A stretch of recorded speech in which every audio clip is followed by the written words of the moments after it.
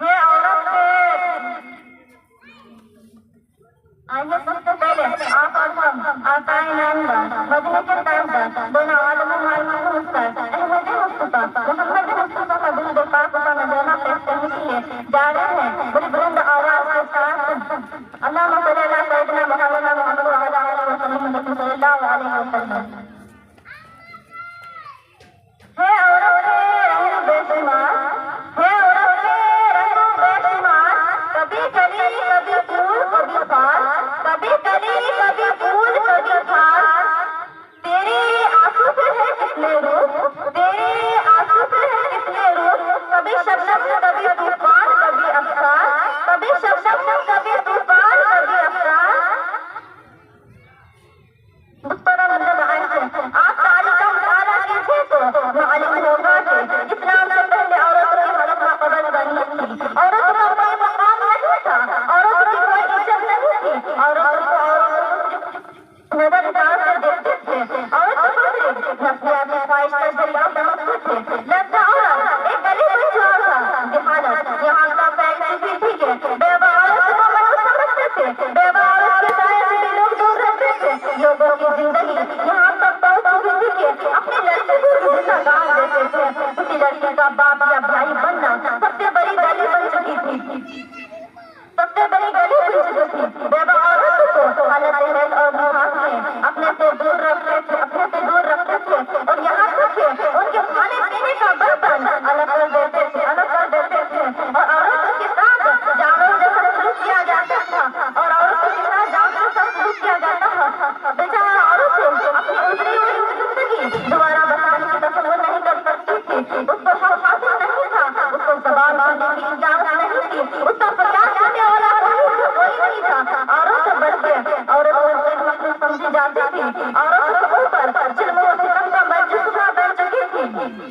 بانی اسلام نے لوگوں کو سبق دیا بانی اسلام نے لوگوں کو سبق دیا اور بانی اسلام نے لوگوں کو دنیا میں آنے کے بعد عورتوں کو سلوک کا ساتھ حکم دیا. لوگوں کو بتا دیا کہ لڑکیاں پیدا کی نہیں جاتی تم ان کو زندہ گان دو بلکہ اس لیے پیدا کی جاتی ہے وہ تمہاری ماں بن سکے وہ تمہاری بہن بن سکے وہ تمہاری بیٹی بن سکے وہ تمہاری بہو بن سکے وہ تمہارے گھر کی زینت بن سکے وہ تمہارے گھر کی رونق بن سکے. میں نے لوگوں کو بتا دیا کہ اور آپ نے تو صرف لوگوں کو بتائی 25 سال کی عمر میں ایک شاہجہاں بیوہ عورت شاہجہاں کے بیوہ عورت کو مقام میں عورت تک پہنچ کر دکھایا ہے. بانی اسلام نے لوگوں کو سبق دیا ہے کہ عورت کو ظلم نہ دو وہ تمہارے جسم کا ایک حصہ ہے بلکہ وہ جسم کا سر ہے اس کو نگاہ عزت سے دیکھو کہ وہ تمہاری گھر کا مرکز ہے. بانی